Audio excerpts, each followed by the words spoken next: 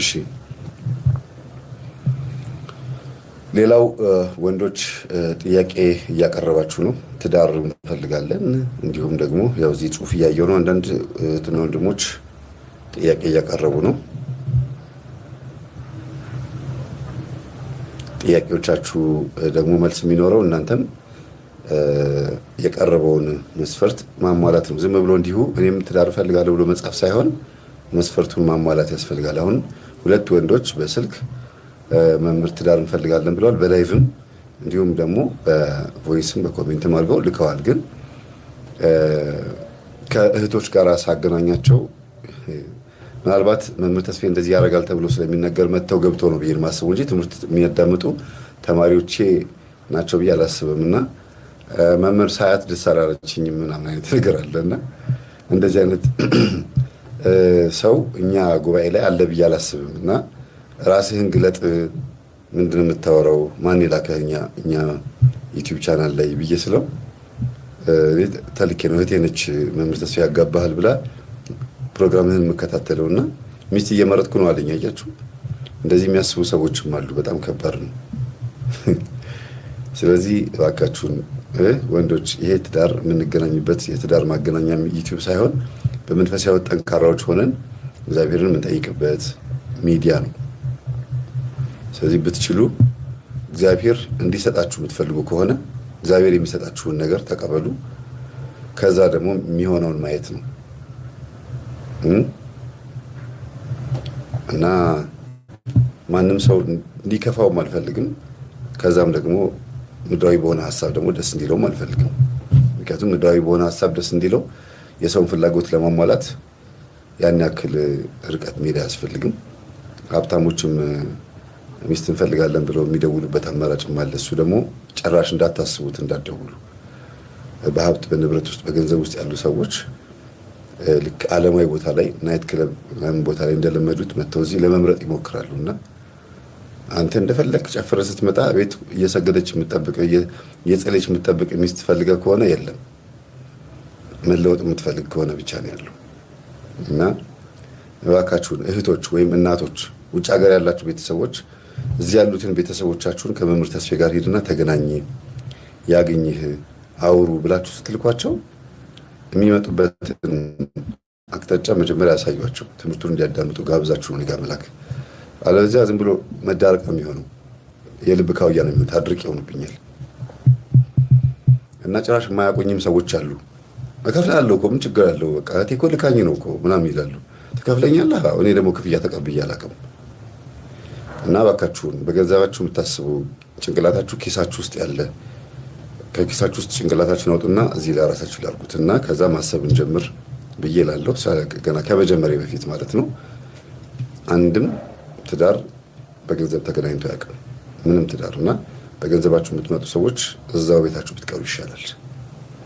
ይሄንን ባስብ ኖሮ ይሄኔ ትልቅ ድርጅት ይኖር የነበረ በዚህ በኩል ማገናኝ ቢሆን ኖሮ ትልቅ ድርጅት ብቻ አይደለም ሀብታም መሆን ነበረ። ግን ያ ሀብት የብዙ ሰዎችን ህይወት እያበላሸ የሚያድግ ሀብት ነው የሚሆነው።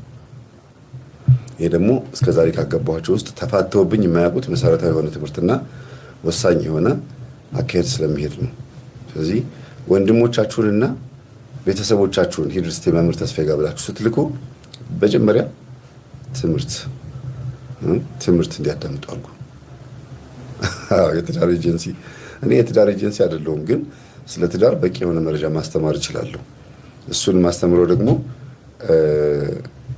መንፈሱ በውስጣቸው የነበረባቸው ሰዎች ሲቆጩ፣ ሲናደዱ እንደዚህ በሆንኩ ኖሮ ትምህርትህን ከማዳመጤ በፊት ተፋታሁኝ እንጂ አንተን ቀድሜ ያውቅህ ቢሆን ኖሮ እንደዚህ አላረግም ነበር የሚሉኝ በጣም ብዙ እህቶች ስላሉ እስቲ ይሄን ቁጭታቸውን ላስተካክልላቸው፣ ወስጄ ማስታረቃቸውም ካሉ ላስታርቅ፣ ወንድምና እህቶችን ማገናኛቸውም ካሉ ደግሞ መሀል ላይ ምን ችግር አለው በስልክ ባገናኛቸው ብዬ ነው ያሰብኩት።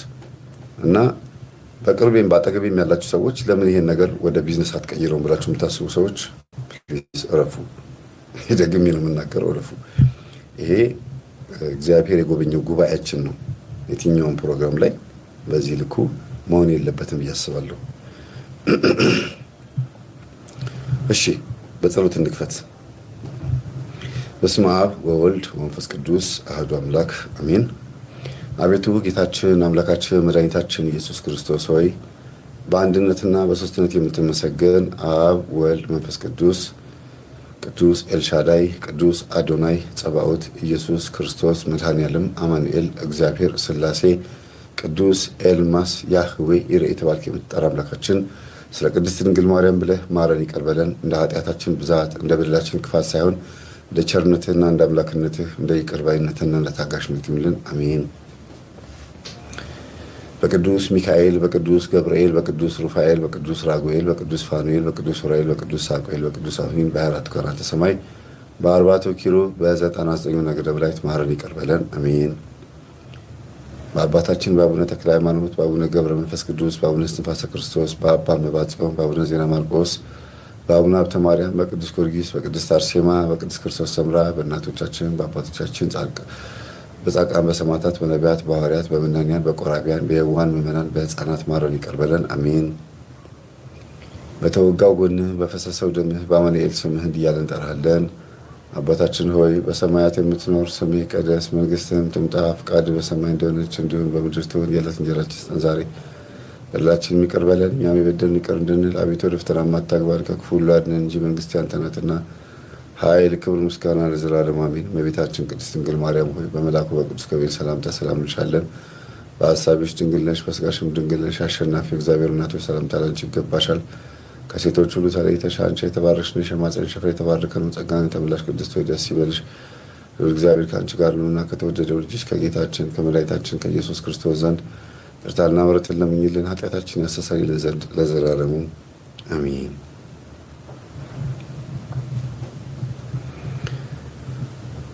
እሺ መርሃ ግብራችንን እንጀምራለን።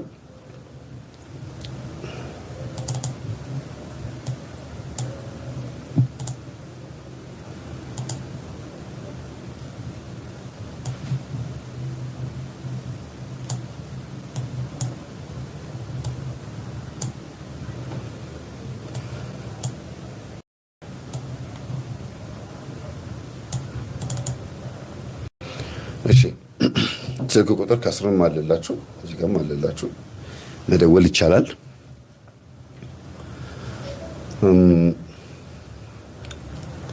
መርሃ ግብራችን የተሳካ እንዲሆን ሁላችሁም ላይክ አድርጉ። የገባው 672 ሰው ነው። ላይክ ያደረገው ደግሞ 386 ሰው ነው። እንዴት ሊሆን ቻለ? አልለመደባችሁም? እንደምን አደራችሁ እያላችሁ ያንኳኳችሁ አትገቡ? እንደምን አላችሁ? እንኳን አደረሳችሁ ለጾመ ነቢያት እንኳን አደረሳችሁ እያላችሁ አትገቡ? ሲገባ ዝም ብሎ አይገባም። ላይክ ማድረግ ማለት በር ማንኳኳት ማለት። ስለዚህ በር አንኳኩ። ከዚህ በኋላ እንደውም ቋንቋችን በር አንኳኩ ነው። ሳያንኳኳ የገባ ኮሜንት መጻፍ አይችልም። ያ ማለት ሳያንኳኩ ገብቶ በመስኮት ዘሎ እንደመግባት ማለት ነው። 700 ሰው አለ፣ ግን 450 ሰው ብቻ ነው ላይክ ያደረገው።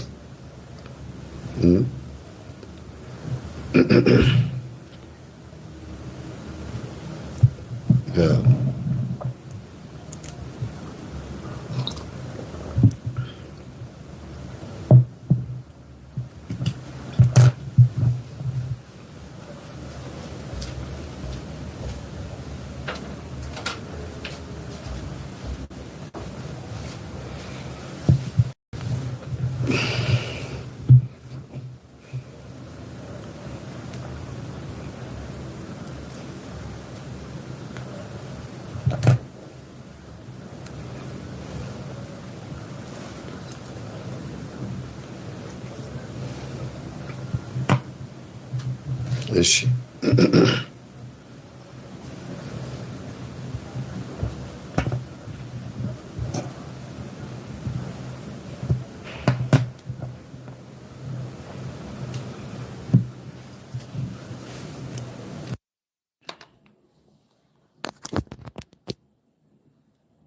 መደወል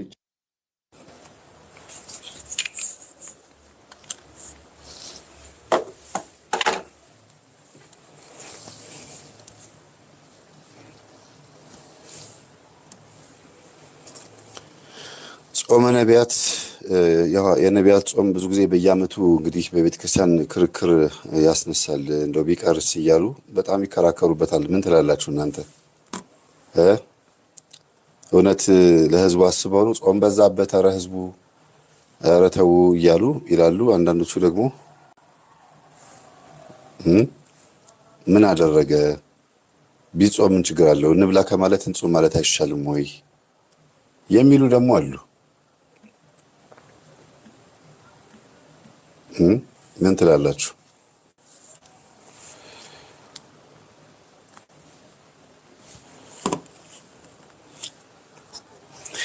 ጾመ ነቢያት ምን ተብሎ ይታሰባል መሰላችሁ? ኢየሱስ ክርስቶስ ተወልዷል። በቃ ተወልዶ ተሰቅሎ አለፈ። ጾመ ነቢያት የተጾመው ነቢያት እባክህን ውረድ ተወለድ ብለው ነው። እና የሚገርማችሁ ቅባቶች ናቸው ይህን ጥያቄ ያነሱት። ጾመ ነቢያት ለምን ይጾማል ብለው በደንብ ነው መረጃ ያገኘሁት። በአባቶች መካከል ትልቁ ጭቅጭቅ ነው።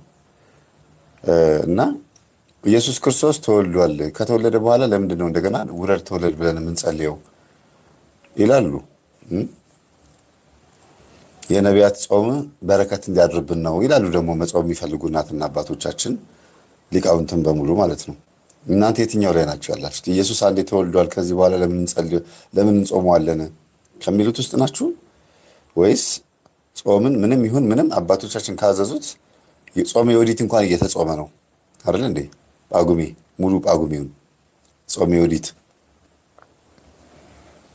ህማማት ውስጥም ደግሞ የመጨረሻው ህማማት የሚባለው በትንሣኤ በአብይ ጾም ጊዜ ለምን እንደሚጾም ታውቃላችሁ? ኢየሱስ ክርስቶስ የዛሬ 2018 ዓመት አርጓል። ግን እንደገና ህማማት ብለን ደግሞ እናከብራለን አይደል? ወይም ደግሞ በህማማት ውስጥ ራሳችንን እንቀጣለን። ለእኔ ስትል ተቀጣ፣ ለእኔ ስትል ተገረፍክ፣ ተመታህልኝ፣ ለእኔ ስትል ታመምክ እያልን እና ያም አይገባም ማለት ነው። እንደዛ ከሆነ በትንሣኤ ጊዜ ውስጥ ምናዝ ነው በአፍጢሙ የሚደፋው ከበሮም የቤተ መቅደሱ መጋረጃ ስዕሎቹ እንዲዘጉ መጋረጃው እንዲዘጋ የሚደረግበትም ምክንያት በቃ አያስፈልግም ማለት ነው። ኦልሬዲ ጌታችን ፈጽሞታል። ከሞት ከተነሳ በኋላ የኦሪትን ነገር ማሰብ አንፈልግም ብለን ኦሪት የምትባሏን በሙሉ ከዘጋን እንዳለ ሙሉ በሙሉ ሃይማኖታችንን አደበላለቁት ማለት ነው። አው ጾም ዋና ነገር ነው። ጾም ከሌለ ህዝብ መረን ነው። የአፉ ልጓም የሚስተካከለው ወይም ስጋችን የሚስተካከለው በልጓም ነው። ልጓም ደግሞ ጾም ነው። ጾማችን ልጓማችን ነው። እንደፈለግን ስንጋልብና ስንፈረጥጥ ተው ብሎ ሰብሰብ አድርጎ ልጓሙን ሳብ የሚያደርግልን ጾም ነው።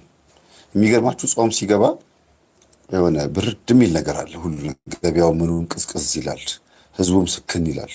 ጭፈራ ቤቱም ምኑም ይሄ መብላት መጠጣቱ ምኑም ኮሌስትሮል ራሱ ስክን ይላል። ሳይወዱ በግዳቸው ሼፕ ይሆናሉ እህቶቻችን ወንድሞቻችን ራሱ። ስለዚህ ጾም ብዙ ነገር የሚያረጋጋው ከነፍስ ድነት ቀጥሎ ማለት ነው። እና እንደ ጾም ጥቅም ያለው ነገር የለም። ጾም ባይኖር ኖሮ ያው እንደ አህዛብ እንሆን ነበረ። የኢትዮጵያ ህዝብ የሚያምርበት ሲጾምና አምላኩን ሲያመልክ ሲሰግድ ነው በእውነት የሚያምርበት። እንደ ነጮች ልሁን ብሎ ዘመናዊ ልሁን ብሎ ሲያስብ አጋንንት ራሱ ኧረ አያስኬድም ኧረ አይነፋም የሚል ይመስለኛል።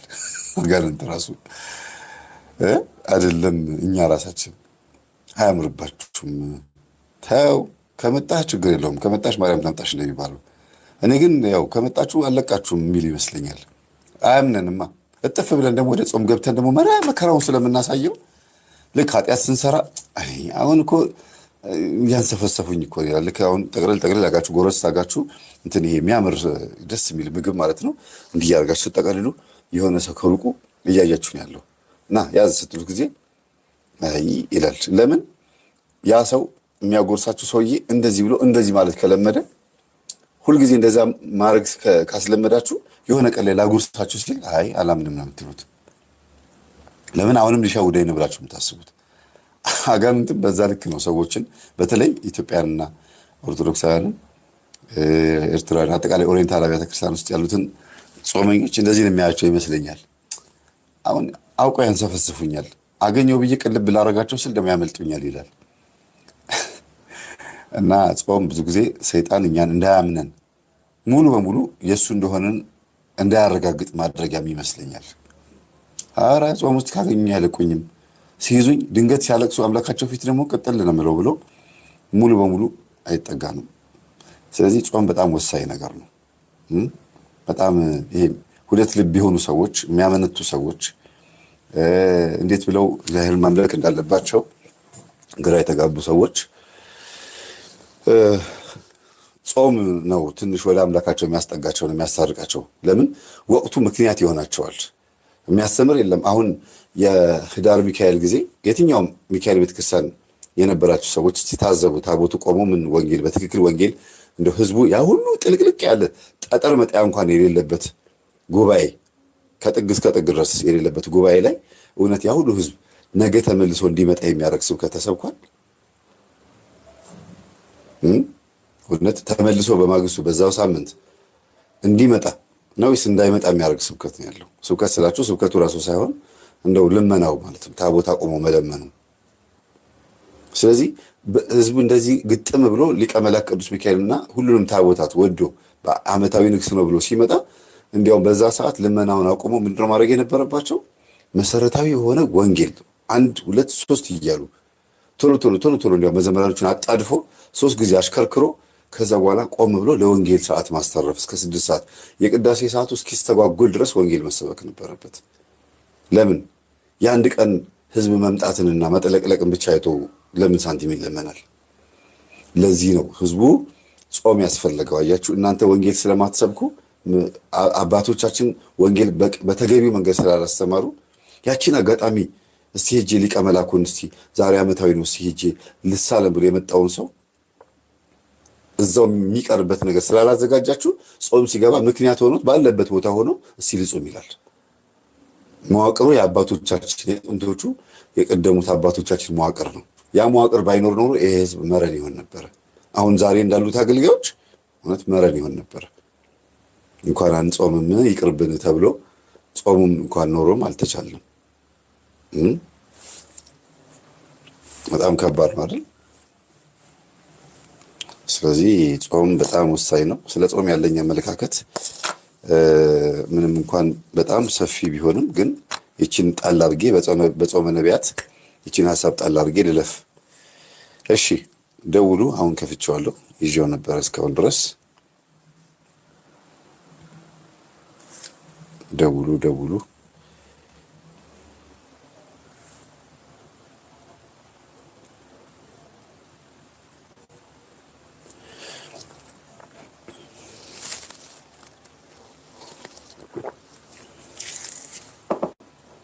ከመብል በወርጭ ነው ትርፉ አለች።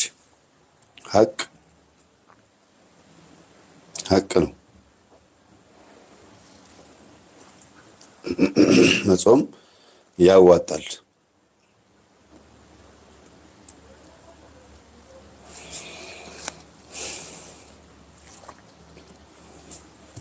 በጣም ብዙ ሰው ላይ ቴሌግራም ላይ ለመደወል እየሞከረ ስለሆነ አንድ ሰው መግባት አቃተው። በጣም ብዙ ሰው ነው የሚወጣው የሚወርደው፣ የሚገርማችሁ እና አንድ ሰው ሊገባ አልቻለም። ቆይ እስቲ ድጋሚ እንደገና አጥፍቼ ለብሮ አሁን መጣ።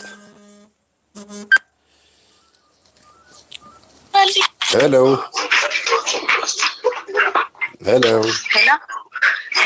ወይ በድንግል ሰላም፣ እንዴት ነሽ? እግዚአብሔር ይመስገን። እንኳን ደህና መጣሽ። እንዴት ዋልክ መምህር? እንኳን ደህና ቆየኸኝ። አለን እንግዲህ ላይቭ ልክ ስከፍተው ገባሽ? ገብቼ አላውቅም። በታምር ለእንትንክ ላይ እሞክራለሁ ሁልጊዜ ግን አላገኝም መስመሩን። ዛሬ እንግዲህ የሰንበት እድለኛ ነሽ እና እንኳን ደህና መጣሽ። እንኳን ደህና ቆየኝ። መቤቴ ስም አዎ እሺ የዛሬው መፈክራችን እንግዲህ ከኃጢአትና ከጠላት እስራት መፈታት ማለት ምን ማለት ነው ይላል። ሲምንት ያለሽ እኔ ርዕሱን አላወቅኩኝም። ቴሌቪዥን ስከፍት የአንተን ሊቭ ላይ መሆን ሳይ ጊዜ ስልኬን ይዤ ቁጭ አልኩኝ። ምንም ችግር የለውም። ልክ ነሽ እኮ ሁልጊዜ ላይቭ ስንገባ አንድ ርዕስ እሰጣለሁና ያ ርዕስ ምን ማለት እንደሆነ የሚገባችሁን እንድትናገሩ ነው ይሄን የምጠይቀውና በሱን ጀምር ብዬ ነው። ከኃጢአት እና ከጠላት እስራት መፈታት ማለት ምን ማለት ነው? እስቲ አንቺ በሚገባሽ እስቲ ንገሪኝ። ያው ከጠላት እስራት ማለት ያው ከሰይጣን እሺ እስራት መፈታት ነው። ኃጢአት ደግሞ የምንሰራው መጥፎ ነገር ነው። ምን ማለት ነው? እስቲ መፈታት ማለት እንዴት ነው? እስቲ መፈታት ሲባል ምን ማለት ነው? መፈታት ማለት እንዴት ብዬ ነው ማስረዳው? ሽልማት ያለው ጥያቄ ነው ብል ኖር ይሄኔ ላጥ ታረጉት ነበር። ኖ አይደለም፣ ጠፋብኝ ታውቃለህ። መስመሩን አገኛለሁ ብዬ ስላላልኩኝ ሳገኝህ በጣም ደነገጥኩኝ። አትደንግጭ፣ ማስደነግጥሽ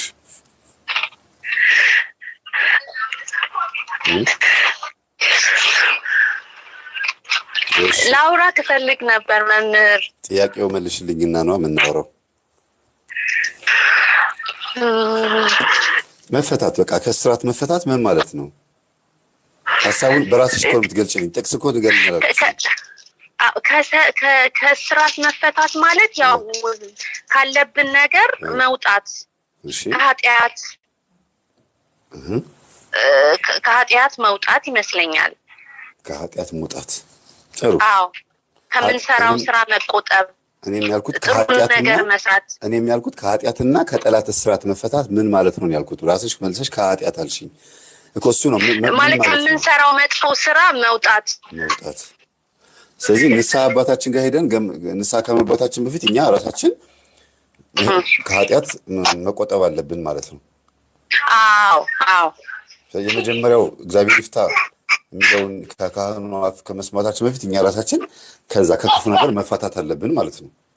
አዎ እሺ እናመሰግናለን። ይበቃሻል። ጥያቄሽን ቀጥይ። ጥያቄ ምን መሰለህ፣ አንተን ማግኘት እፈልግ ነበረ። እንዴት አድርጌ ነው ላገኘህ የምችለው? እሺ ቻው፣ ልንሰናበት ነው። ገብታችሁ እኔን እንዴት እንደምታገኙኝ አትጠይቁ። በውስጥ በኩል ነው ላገኝ የሚፈልገው የምትሉ ሰዎች አትደውሉ ብዬ ነበረ። እናመሰግናለን እህታችን። እሺ እህታችን ጥያቄው መልሳለች። ወደ ዋናው ፕሮግራማችን እንገባለን። እሺ እንደዚህ ካልዘጋሁኝ አንማማርም ማለት ነው። እሺ ሄሎ፣ እንዴት ነሽ? እግዚአብሔር ይመስገን። ድምፅሽ ርቋል። አይሰማም? ኤርፎን አድርገሽ ነው ወይስ ላውድ አድርገሽው ነው? አላረኩም። ላውድ አይደለም። እሺ ኤርፎን አድርገሻል? አልኩም። እሺ ድምፅሽ ትንሽ ራቅ ብሏልና ጠጋቤ። አሁንስ አይሰማም? እሺ ጥሩ ነው። ሰላም ነው መምህር? እግዚአብሔር ይመስገን። ድምፅሽ ርቋል ግን ጠጋ አድርጊው ፕሊዝ። ወይም ድምፅ ጨምሪበት እስቲ። መጨመሪያውን ንኪው። ኧረ ፉል ነው። አሁን አይሰማም? አሁን ጥሩ ነው። ስፒከር አድርጌው። እሺ ጥሩ ነው። እሺ እንግዲህ ሁለተኛ ላይ ነው የገባሽው። ከአንቺ በፊት ቀድማ የነበረችው እህታችን አንድ ጥያቄ መልሳለች። የግል ጉዳዩ ላይ ስትገባ ነው ያበላሸችው። ከኃጢአትና ከጠላት እስራት መፈታት ማለት ምን ማለት ነው ብዬ ነበር የጠየኳት። አንቺ ምን ትያለሽ? እስቲ ድገምልኝ እስቲ። ከኃጢአትና ከጠላት እስራት መፈታት ማለት ምን ማለት ነው? ኃጢአት ማለት ራሴ የምሰራው ነገር ነው። እሺ አምኜ ኃጢአት እንደሆነ እያወቅኩ የምሰራው አለ፣ ሳይሆንም ሳላቅ የምሰራው አለ። እሺ ሁለተኛው ደግሞ ከኃጢአት እስራት መፈታት። ከኃጢአት ነው የነገርሽኝ አሁን። ሁለተኛው ጥያቄ ደግሞ ከጠላት እስራት መፈታት። ከጠላት እስራት ማለት ሳልፈልግ እኔ ውስጥ የገባ ሌላ አካልን በራሴ መንገድ በራሴም ጥረት ሊሆን ይችላል፣ በእግዚአብሔር እርዳታም በጸሎቴም ሊሆን ይችላል፣ በእግዚአብሔር እርዳታም ሊሆን ይችላል። ከዛ ነገር ከዛ እስር ስፈታ ማለት ነው ነፃ ሲሆን። በጣም እናመሰግናለን። ትክክል ነው። ያንቺ ሐሳብ የበለጠ በደንብ ይገልጸዋል። የተለየ ሐሳብ ያላችሁ ሰዎች አዘጋጁ።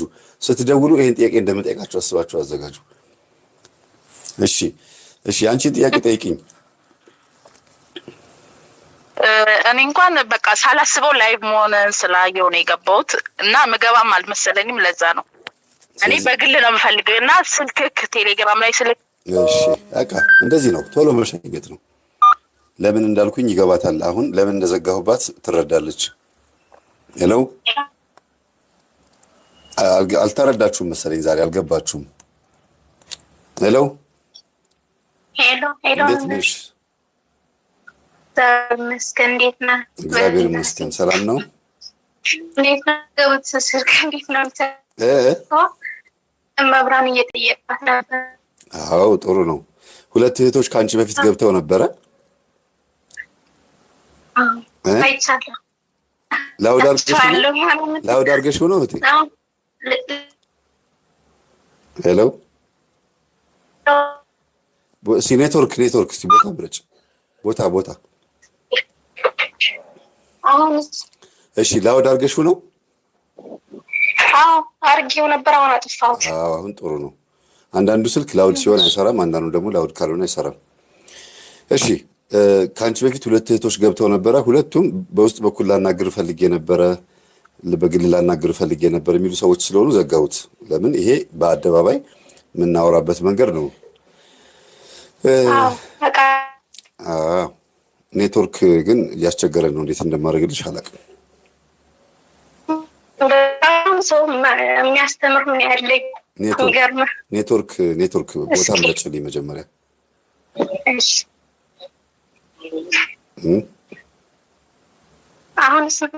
አሁንስ ዋይፋይ ነው ሄድኩ። እሺ አሁን ደህና ነው። ጆሮ ግንዳቸውን ክደንባቸው የሚል ሰው እየጻፈ ነው እና እኔም እንደናንተ ነኝ። አዎ አትሰሙ። የማትሰሙ ከሆነ ምንም ማድረግ አይቻልም። እህቴ ልጠይቅሽ፣ እስኪ ጥያቄ ልጠይቅሽ። እሺ ይሰማል? አዎ ይሰማል። እሺ ከኃጢአትና ከጠላት እስራት መፈታት ማለት ምን ማለት ነው? ከኃጢአት እስራትና ከጠላት መፈታት ማለት አንደኛ ሃይማኖታችን ሳናውቅ የምናደርገውን የነበረው ኃጢአት ነው።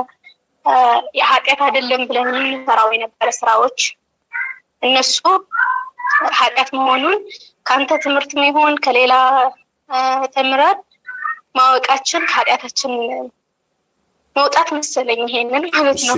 ከጠላት መፈታት ማለት ደግሞ የጠላት ነገር ከባዕድ አምልኮ ይሆን ከቤታችን የምንሰራው በልማድ ያሉትን ነገሮች እሱን ስናውቅ ወደ አምልኮት ስግደት፣ አምልኮት ሁሉም ነገር ስንገባ ወደ እግዚአብሔር ስንቀርብ ደግሞ ጠላት ማምለጥ ማለት ነው።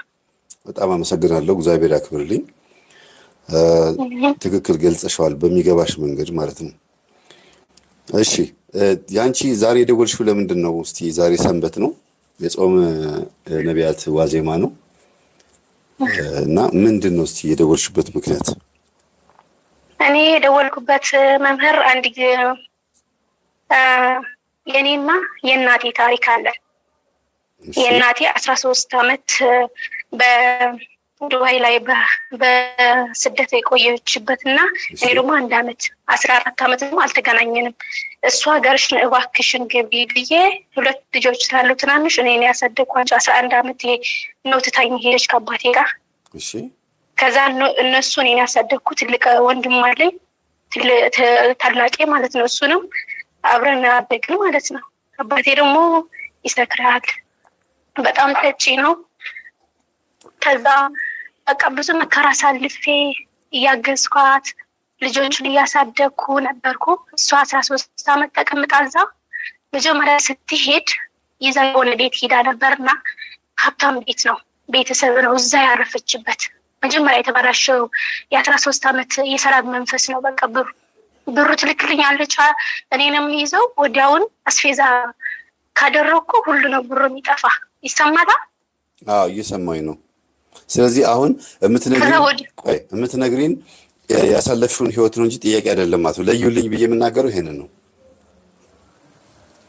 ያሳለፍኩት ህይወት ማለ ከዛ ጥያቄ ደግሞ አለኝ እንደገና። እሺ ስለዚህ አሁን ዛሬ የሚመች ማለት ችግር የለውም። አዎ ለመጠልሽ ነው።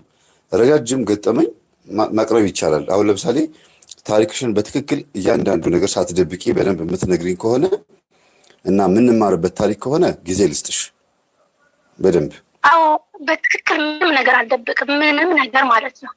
ማለት ስሜንም አይወጣም። ለዛ ስለሆነ በደንብ አድርጌ ትምህርቱን አዳምጣለሁ፣ ሁሉም ነገር አውቃለሁ በደንብ አድርጌ። ስም አናወጣም፣ ኔትወርክ ቡሳይ ስላለን እንጂ እኔ ሁሉም ነገር እነግርሃለሁ፣ ምንም አልደብቅም፣ ምንም ማለት ነው። ምንም አያደርግልኝም ደብቄ ነው።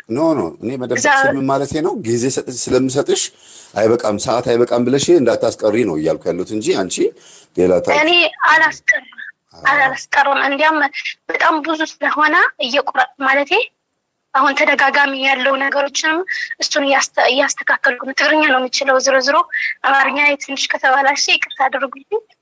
አይ ምንም ችግር የለውም፣ ጥሩ ነው ያለሽው። ኔትወርክ ግን አንድ ቦታ ሆኝልን፣ ወዲያ ወዲህ አትበይ። አንድ ቦታ ነው ያለሁት። እሺ በይ ቀጥይ፣ አሁን ጀምሪ እስቲ። አሁን ከየትኛው መጀመር ነው አንቺ የበለጠ ገጠመኝ በብዛት ስለምታዳምጪ ከዚህ ብጀምር ጥሩ ነው ብለሽ ካልሽው ነገር ጀምሪ። አሁን እኔ ከምጀምረው ከልጅነት ጀምሮ ብጀምርልህ ደስ ይለኛል ጊዜ ካለ። እኔ ግን ዋና ሀሳብ የሚባለውን ግን ሳታስቀሪው እጥር እያደረግሽ የሚረዝመው የትኛው እንደማስበሽ የሚረዝመው ላይ ጊዜ ወስደሽ መጠቀም ትችላለሽ፣ ሰዓት እንዲበቃል። እሺ እኔ መጀመሪያ በ92 ነው የተወለድኩ። በ92 ነው የተረገዝኩት። በእኔ መጀመሪያ ልንገርህ፣ አባቴ ወታደር ነበር። የሻዕቢያ ወታደር ወጥቶ ነበር ከትግራይ ማለት ነው እሱ። ከዛ እሱ ሲወጣ ወንድሜ ተወልደዋል። እሷ ግን እናቴ ደግሞ በሁለት እንዲወልድሽ ሂጂና አስቀሪ ተብላ እዛ የጦርነቱ ቦታ ላይ ነው የተረገዝኩት እኔ በረሃ ላይ ማለት ነው። አንደኛው ይሄንን ያገኘሁበት ስላለ ነው እንደዚህ ብለህ። በረሃ ላይ ማለት ምን ማለት ነው? እስቲ በረሃ ላይ ማለት ምንድን ነው የሚባለው? የጦርነት ቦታ አለ አይደል? ማለት ብዙ ነገር አለ፣ ብዙ ነገር አለ እዛ። መንፈስ አለ፣ መናፍስት አሉ መቼም በዛው ሰዓት ስረገዝ እኔ ማለት ነው። በጦርነት ውስጥ ሆነው ነው የወለዱሽ ማለት ነው? ማን የጸነሱሽ ማለት ነው? አዎ በዛው ሰዓት ነው የተጠረስኩ። በጣም ከባድ። ከዛ በኋላ በነገራችን ላይ ቆይ እያወራን እንሂድ እሺ። በነገራችን ላይ በጦርነት ውስጥም ይሁን በሌላም ከባድ ህመም ውስጥም ሆነው የሚጸነሱ ልጆች ሲወለዱ ተጽዕኖ ያ ነገር ይከተላቸዋል ይባላል። እናታቸው የነበረችበት ሁኔታ ይፈጸማል ይባላል። መልክ ብቻ ሳይሆን የሚከሰተው የውስጥም የሀሳብም አይምሮም በዛ ልክ ነው የሚሳለው። ለምሳሌ ዘፍጥረት 32 ላይ አባታችን ያዕቆብ 32 ነው 33 ላይ ያዕቆብ አባታችን በጎችን ሲያዳቅል ማለት ነው።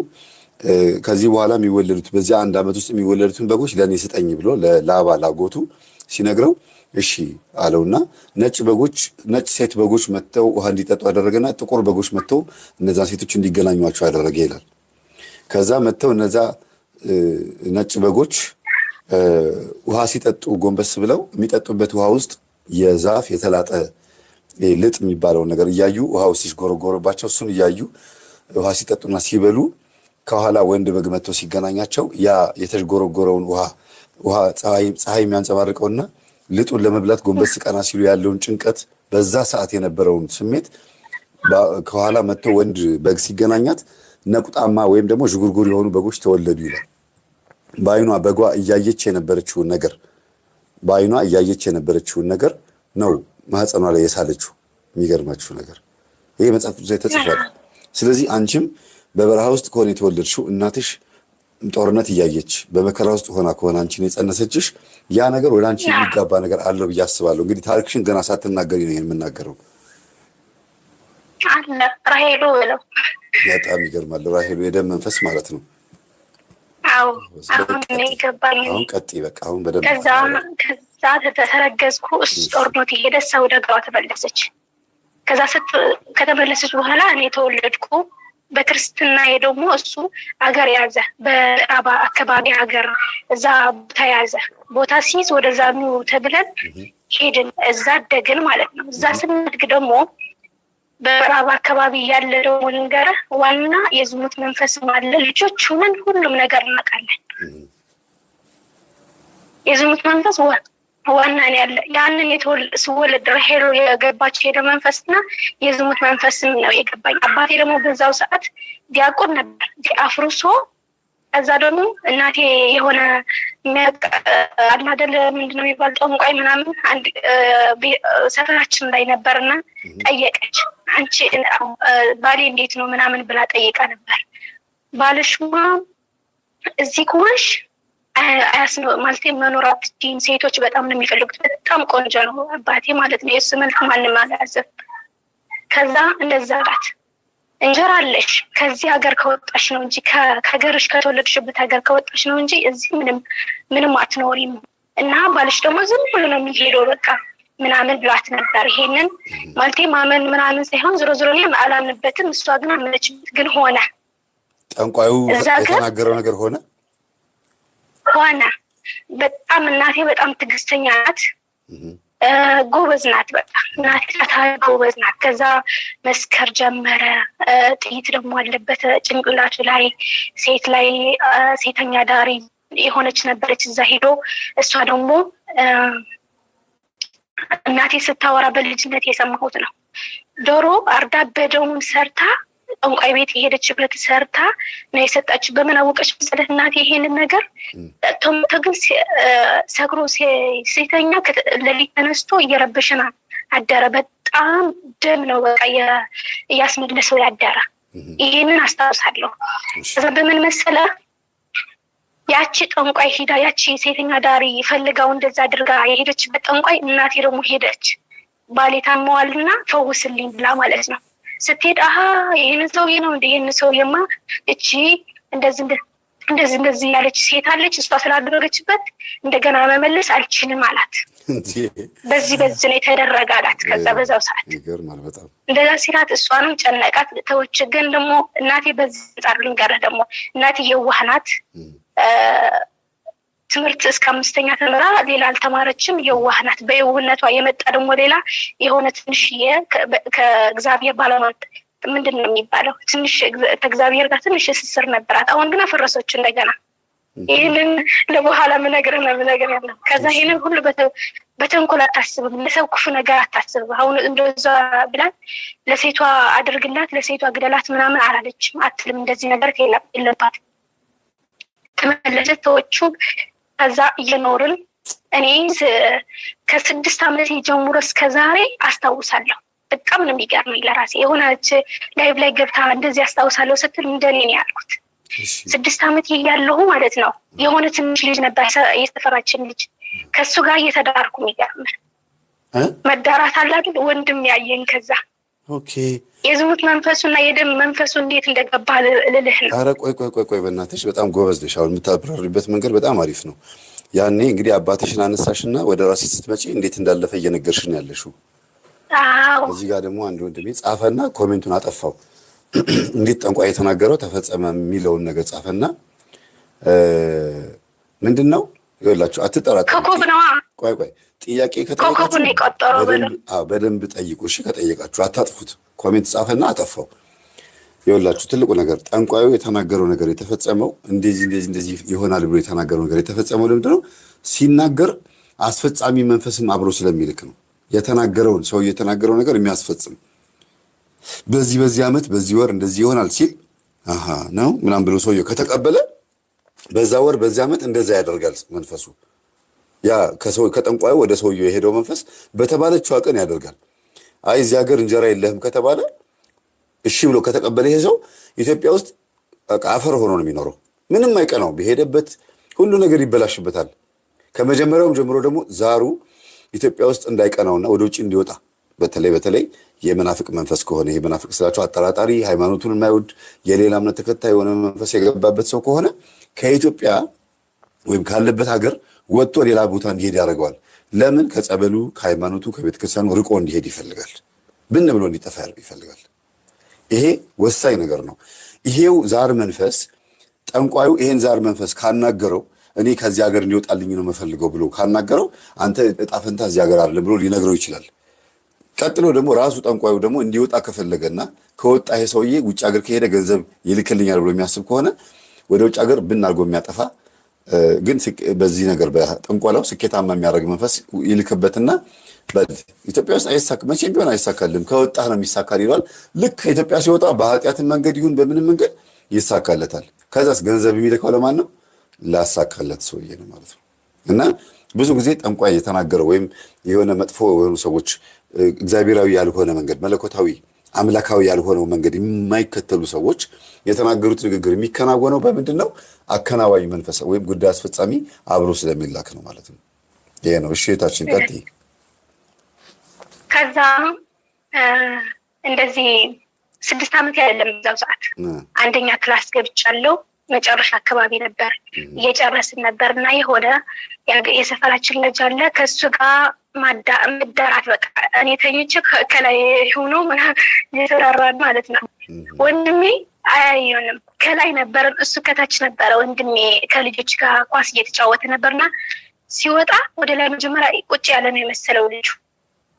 ሲያየው እኔ ያለው ምን እያደረጉ ነው ብሎ በዛው ሰዓት አለያየን። እሱ በ5 ዓመት ነው የሚበልጠኝ። የ10 ዓመት ምናምን ልጅ። ከዛ አለያየን። ወደ ቤት ሄዶ ነገራቸው። ሲነግራቸው ሳቁ። በቃ ሳቁ፣ እኔም ሳቁብኝ። እኔ ደግሞ ከዛ ጀመሬ አላደል ታዛዥ አይደለሁም። አከብራቸዋለሁ ግን ታዛዥ አይደለሁም። ከዛ ጀመሬ እኔ ያልኩት ብቻ መሆን ያለበት እንጂ እነሱ ያሉትን አልሰማም። እነሱ ደግሞ እንደዚህ ስለሆንኩ ከዛ ምን አለኝ እጮሃለሁ ሲናገሩኝ እንደዚህ ብዬ በቃ ቤቱን ነው የምረብሸው። እንደዛ ስለሆንኩ እንደዚህ አንቺ እንደዛ ይደረገ ምናምን ብሎ ሳቆብኝ።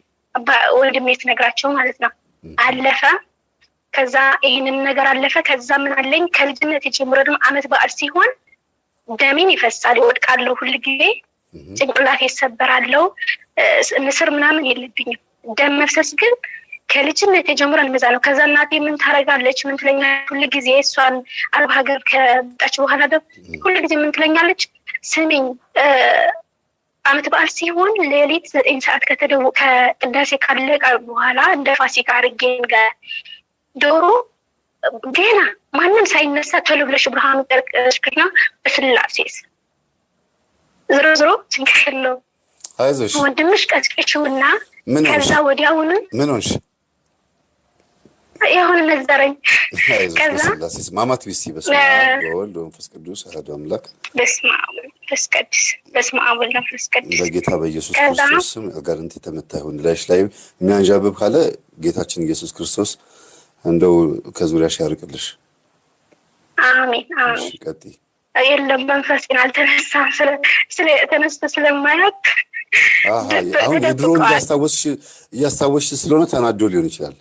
አዎ ማለት ያውቃለች። አሁን ሁሉም ነገር እየገባች ሄዳለች ብሎ ነዋ። ከቤታችን እኔ ነው የነቃሁት። በ1 ዓመት ነው የነቃሁት። 1 ዓመት ነው 2 ዓመት ነው የተሰጠኝ ትምህርት ከተሰጠኝ 2 ዓመት አድርጌያለሁ። ግን በ1 ዓመት ነው የነቃሁት።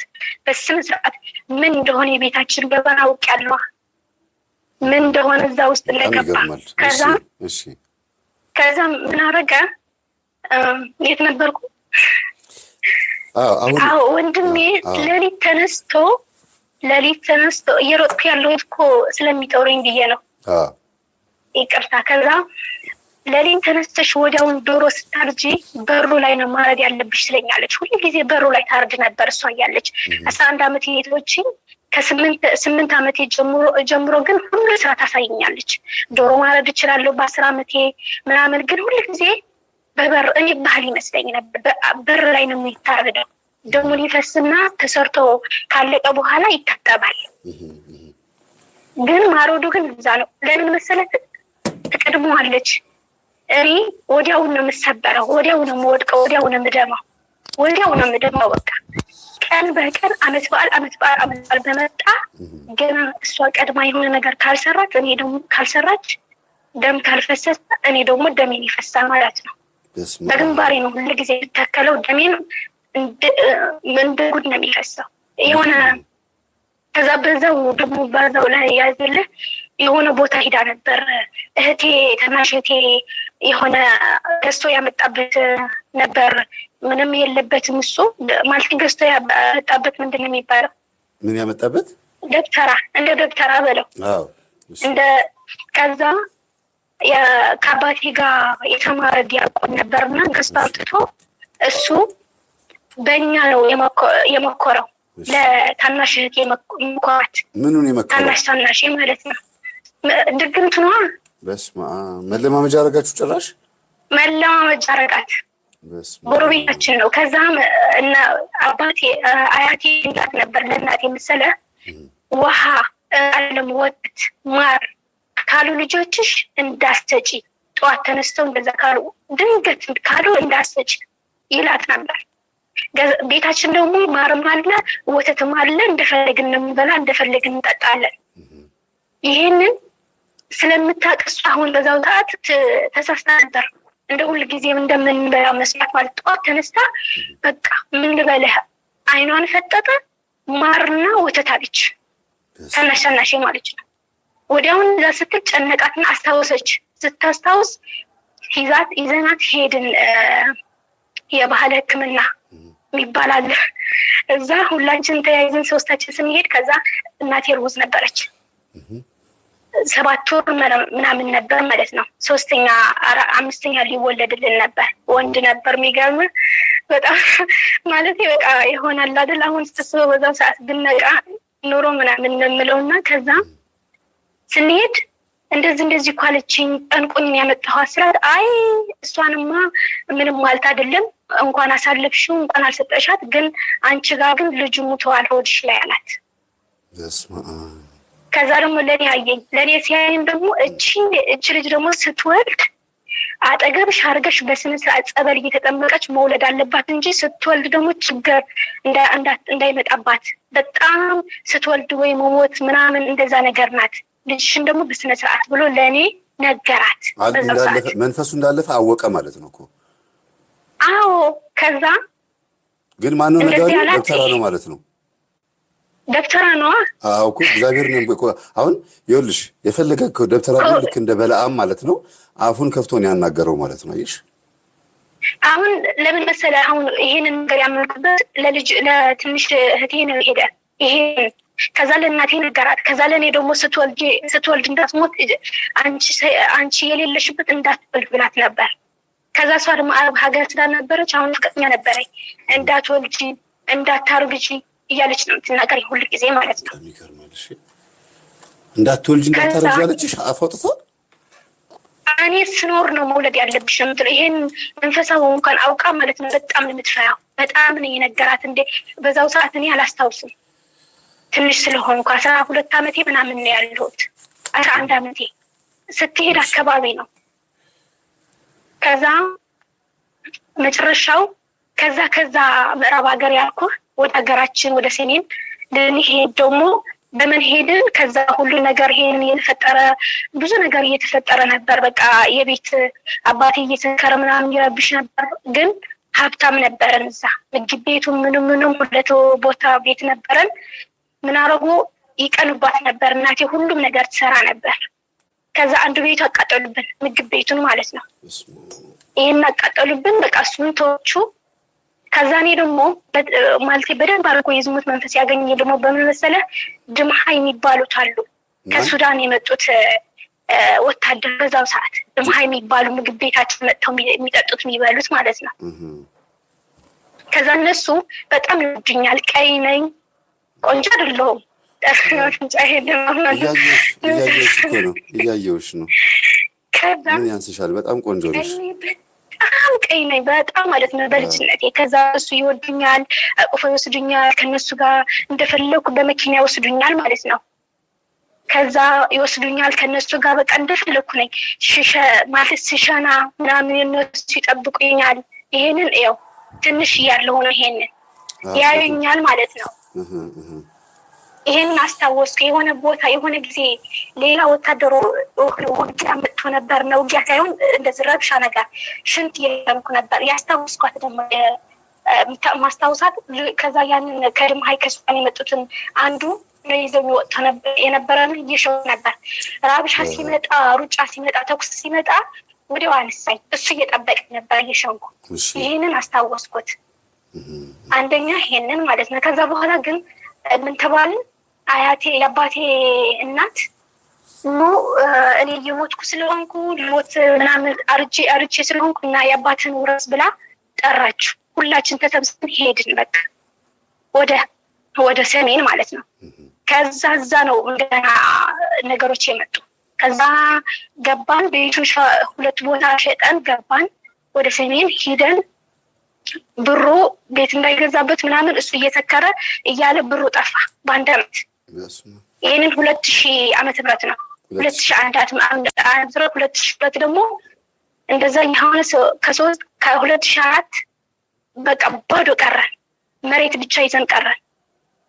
ከዛ አባቴም በቃ ወደዛ እያለ ዝም ብሎ አለ አይደል በቃ ይሰክራል ይላል ምናምን። መጨረሻው ምን ተደረገ?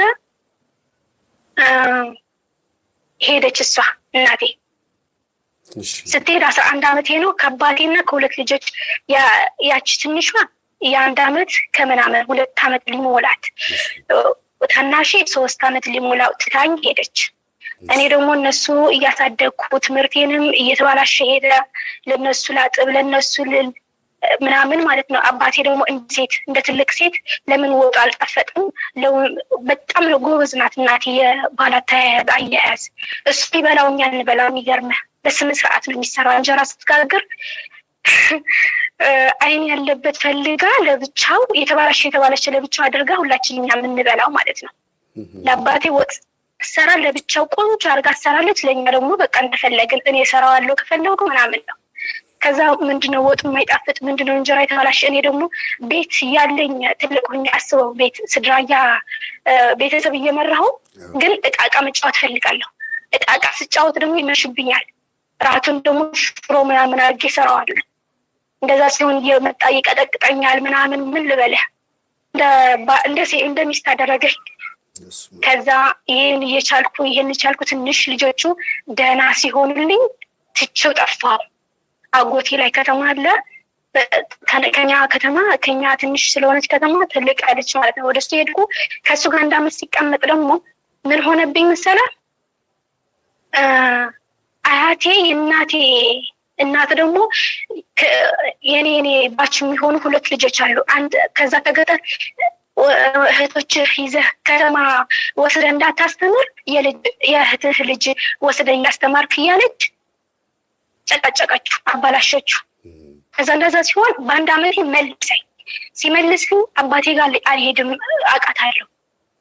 ከዛ ወንድሜና እህቴ ትናንሾች ደግሞ እንደገና ወንድሜም ወደ አያቴ ቤት መጥተዋል።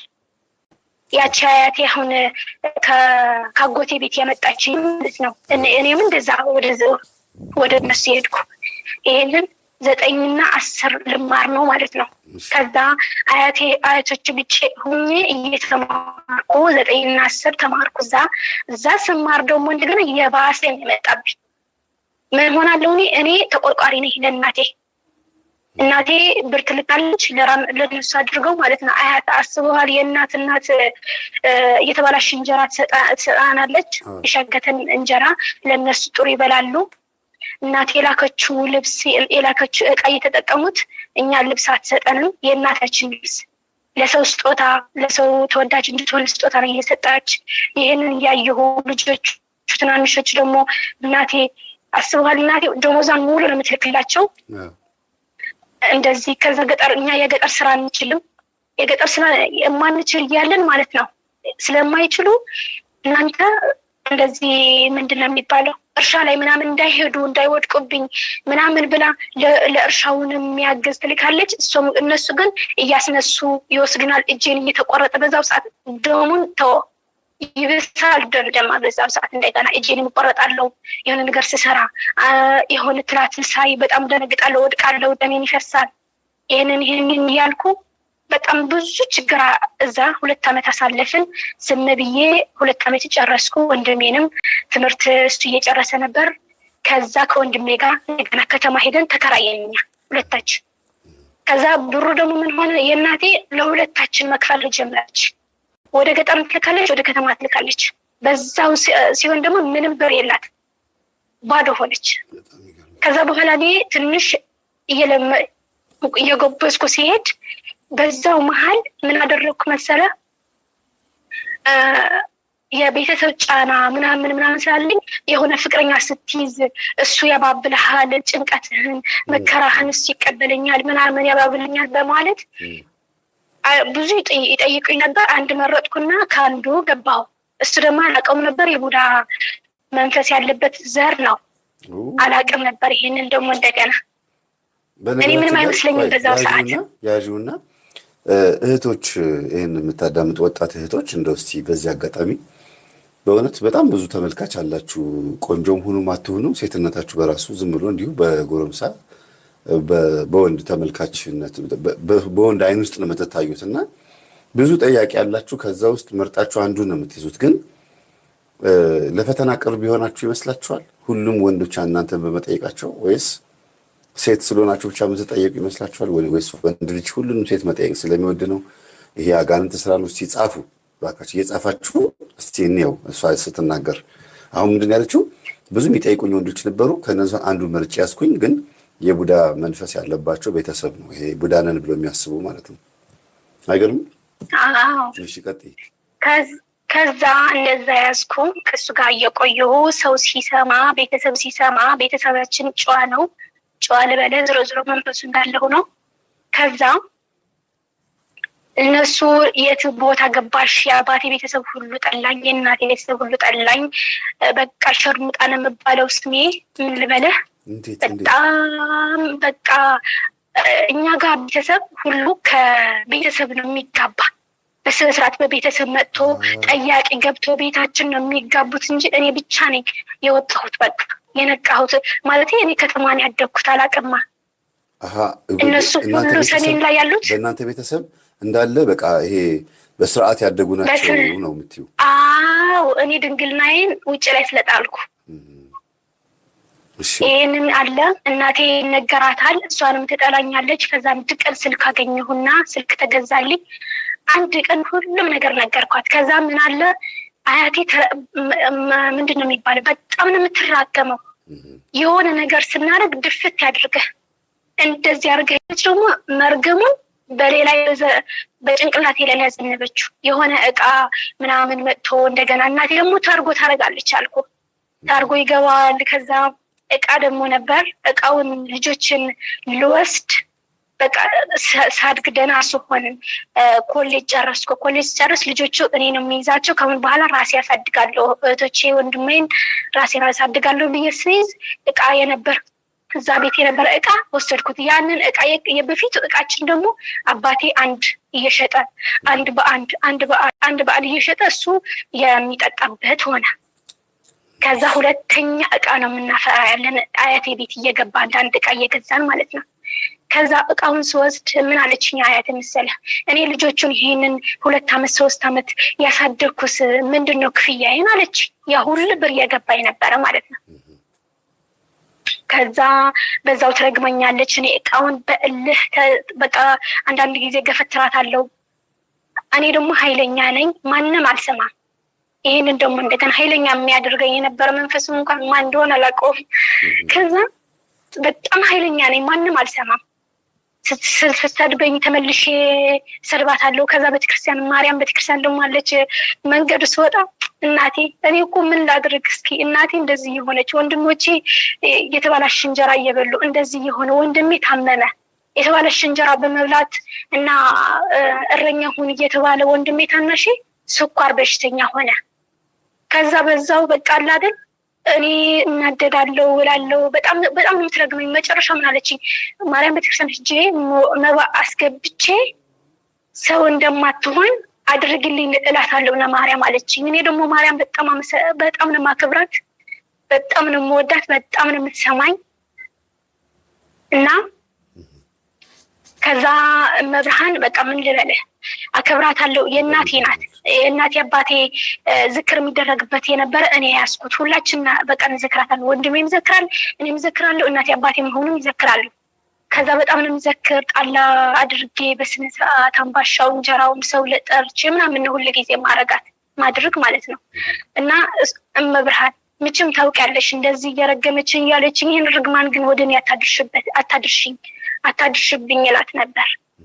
እግዚአብሔር ይመስገን ደርሶኛል። መድረስ በትንሽ ደርሶኛል። ግን ብዙ አልደረሰኝም። ያንን እርግማን ማለት ነው ወደ ልጆቿን የሄደው ቆመሽ ቀሪ ምናምን ትል ነበር። አሁንም አላገባው ግን አንተ ስላለኝ አንተ ስለምታገባኝ አሁን ምንም ማለት እርግማን አልደረሰኝ ነው የምለው እና እኔ በደንብ ማለት ማጋባት ብቻ የሚለው ሐሳብ ብቻ ለማይምሮሽ ውስጥ መቀመጥ ያለበት ቀጣይ ህይወትሽ እንዴት ያማረ እንደሚሆን ታያዋለሽ። ምክንያቱም ይሄ ትምህርት ላይ የነቁ ሰዎች እንዴት አይነት ህይወት እየኖሩ እንደሆነ እያየሁ ስለሆነ ነው። አዎ ከዛ አይደለም ከዚህ በፊት እንደዛ ነበር ደረሰኝ እኔ ጋር ነበር። የሚገርምህ 30 ዓመቷ ሊሞላት ነው አክስቴ ያለች ያቺም ትንሽ ናት ደህና ናት። የሷ ሁለቱም አላገቡ ምንም ጠያቄ ወደ ቤቱም አላገቡ ምንም ጠያቄ ወደ ቤታችን አይመጣም አልኩ ወደ አያቴ ቤት በጣም ስለምትረግመን። ከዛ ደግሞ መብርሃን ደግሞ እኔ ስለምዘክራት እሷ ስትረግመኝ ተሳድቤ ከሷ ጋር ሲሄድ መንገዴ ላይ ወደ ከተማ ስወጣ መንገዴ ላይ ማርያም አለች እዛ ላይ ሄጄ ተሳልሜ የንን መርገም በዛው አስቀር የመንፈስ ነገር ምናምን አላውቅም ግን መርገም በጣም ፈራለሁ። ምን ትለኛለች መሰለህ መኪናውን ስትሄጂ ሌላ ሰው እንዳይገለበጥ እንጂ በዛው መኪናው ያስቀራሽ ቤትሽ ሳትገቢ ነው የምትለኝ። መኪናው እንዳይገለበጥ እንጂ አንቺ ሙቺ አው እንደ በዛው ያስቀራሽ ስለኝ ነበር። የሚገርም ማለት ነው። ከዛ ምን ላለው መብርሃን ይሄንን እኔ ወደ ልጆች ተሳስቼ ነው መኪናው አይገልበጥ እንጂ በዛው ያስቀርሽ ማለት አትሙቺ ግን አትምጭብኝ ነው ወይስ እንዴት ነው? አልገባኝም። አይደለም መኪናውን ሲገለበጥ ሌላ ሰው እንዳይሞት እንጂ መኪናው ተገልብጦ እዛ ቀሪ ቤትሽን አትግቢ በሰላም አትግቢ ትለኝ ነበር። አትሁኝ ሰው አትሁኝ አድገሽ ሰው አትሁኝ ወልደሽ ምንድነው ዘርተሽ አትጨጂ ምንድነው የሚባለው እንደዛ ትለኝ ነበር። በቃ ምን ልበልህ። ከዛ በኋላ ልጆችን ወሰድኩ። በቃ ልጆችን ወሰድኩ። እቃውን ተጣልቼ ምናምን ሁሉ ጣልተውኝ ወሰድኩ። ራሴ ማሳደግ ጀመርኩ። ብሩ ወደ እኔ መላክ ተጀመረ። ወንድሜንም አገባ። መጨረሻው ይሄን ልንገርህ ማለት ነው። ከዛ ወንድሜንም አገባ። መጨረሻ እንደዚህ ሆነ። ከዛ በኋላ ምን ሆነ ወንድሜ በጣም እየታመመ በቃ አላደል ጠዋት ለሊት ተነስቼ ምግብ ካልሰጠሁት የስኳር በሽተኛ ስለሆነ ወይ ምግብ ካልሰጠሁ ወይ መድኃኒት ካልወሰደ ለሊት 11 ሰዓት ካልተነሳሁ በቃ እንቅልፌ ከወሰደ በዛ ይወድቃል። አረፋ ያረፋል። በቃ እንደዛ ሲሆንብኝ ጸበል ጀመርኩ። ይሄንን ያንተ ትምህርት እንዳገኘው ምክንያት የሆነብኝ ይላለው የወንድሜ ህመም አንዳንድ ጊዜ ከዛ ታመመ። እሱ ሲታመም እኔ ጸበል መሄድ እናቴ ደግሞ ማህበር የአባ ዮሐንስ ማህበር ደግሞ የአባታችን የእሱ ደግሞ ማህበር ገብታለች አውቃለች። ሁሉም ነገር ስታውቅ ደና መንፈሳዊ የሆነች ሄዳለች። እሷ ደግሞ ምን ትለኛለች? ወንቅሸት ሂጂ ትለኛለች። ከሰሜን ወደ ወንቅሸት ጦርነቱ ሲያልቅ ወዲያውን ሲዘጋ ሰላም ሆነ ሲባል ማለት ነው በጣም በውድ ነው። በ15,000 ምናምን አንድ ሰው የመጣን በአውሮፕላን ወዲያውን ይዤ ሄድኩ። 8 ወር እዛ ተጠመቀ። እዛ ስንጠመቅ ወንድሜ አለች ስኳሯ ግን መድኃኒት አይወስድም ቀጠለለት አልኩ። እኔ መንፈስ በዛው ሰዓት ባቅ ነበር። እየቀጠቀጥን ብንሆን ነበር የእሱም ይለቅ ነበር የኔም ይለቅ ነበር። ግን ዝም ብለን እንጠመቃለን፣ ዝም ብለን በረከት ስራ እንሰራለን። እንደዛ ያን የወንድሜ ቀጥ ሲልልኝ ተመለስን ወደ ሀገራችን። ስንመለስ እናቴ 13 ዓመት ተቀምጣለች። ምንም የላትም፣ ባዶ ነን። በቤት ክራይ ነው በዛው ሰዓት። እንደዛ ስንሆን እኔ ደግሞ ምን አልኩ? ነይ ልጆችሽን አንቺም በቃ አገሬ ናፈቀኝ፣ ልጆች ናፈቀኝ እያለች ታለቅሳለች። ብዙ መከራ ነው የሚደርሳት፣ ብዙ ነገር ይደርሳታል። መናፍስት ይላክበታል። የሚገርምህ መናፍስት መጥተው ቁመው ማለት ነው ግደሏት ተብለን ተልከናል። እንድንገድልሽ የመጣን ተብላለች ከዚህ ማለት ነው። እሷ ግን እንዳልኩ ንስሐ አልገባችም ነበር። የሚገርምህ ያን ጠንቋይ የምትዘራው ነበር። አወቀች እንደዛ መተናል የሚለው በምን አወቀች? ትሰግዳለች። ሳምንት ነው የምትጾመው። በሳምንት አንድ ጊዜ ነው የምትበላ። በጣም ነው የምትሰግደው። ትቆርባለች። ዱባይ ስለሆነች ማለት ነው። ዱባይ ሆና ትቆርባለች። አዎ የመምህር ጠፍታ ነዋ የምትሰራ። እንደፈለገች ትወጣለች፣ ትገባለች። ታክሲ አላቸው የነሱ ከስተመር ማለት ነው። ከዛ በሳምንት ነው የምትበላው። እሁድ ማታ ትበላለች። በቃ እንደዛ እያደረገች ከዛ በቃ ምን ልበልህ ደህና የሆነች ሄደች። መብርሃን አንድ ቀን ምን አልኳት አለች መሰለህ? የሚገርምህ መምጫዋ መሄዳዋ ምን እንደሆነ እንዴት እንደሆነ ታውቃለች። በዚህ አጋጣሚ አንድ ነገር ልንገርህ። ያንን ጦርነት ሲመጣ ታውቅ ነበር። ገና ሳይመጣ ምን አለች መሰለህ? 2012 ሊመጣ አካባቢ ጦርነት ይመጣል፣ ምግብ ይታጣል እና እንደዚህ አድርጊ ብላኝ 7 ኩንታል ጤፍ ገዝቼ 2 ኩንታል ጨው፣ ዘይት 5 ጀሪካን ዘይት፣ ሩዝ ምናምን ግዢ ተብዬ ገዝቼ አስቀምጬ ነው ጦርነት የወጣንበት እኛ። እሷ ነግራኝ ማለት ነው። በህልማም መብርሃን አሳይታት። ከዛ ለኛ ደግሞ መብርሃን ጠብቂልኝ ብላ ነው የሰጣቻት። መብርሃን ነው በዛው ተጠብቀናለች። በፊት የሚገርምህ የሆነ ጦርነት ቦታ ሂደን ነበር ማለቴ ልንሸሽ ማለት ነው። ሸሽተን ሂደን ውሃ ቀድቼ ወዲያው ተነስቼ ትንሽ